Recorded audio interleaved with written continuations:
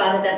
Congress party Malkajgiri parliament నియోజకవర్గ అభ్యర్థి పట్నం సునీత మహేందర్ రెడ్డి కలెక్టర్ కార్యాలయంలో నామినేషన్లు దాఖలు చేశారు. మేడ్చల్ జిల్లాలో కాంగ్రెస్ పార్టీ మల్కాజ్గిరి పార్లమెంట్ అభ్యర్థి పట్నం సునీత మహేందర్ రెడ్డి నామినేషన్ దాఖలు చేశారు. తూన్కుంట మున్సిపల్ పరిధిలోని మేడ్చల్ మల్కాజ్గిరి జిల్లా కలెక్టర్ కార్యాలయంలో నామినేషన్ పత్రాలను మేడ్చల్ జిల్లా కలెక్టర్ గౌతమ్కు అందజేశారు.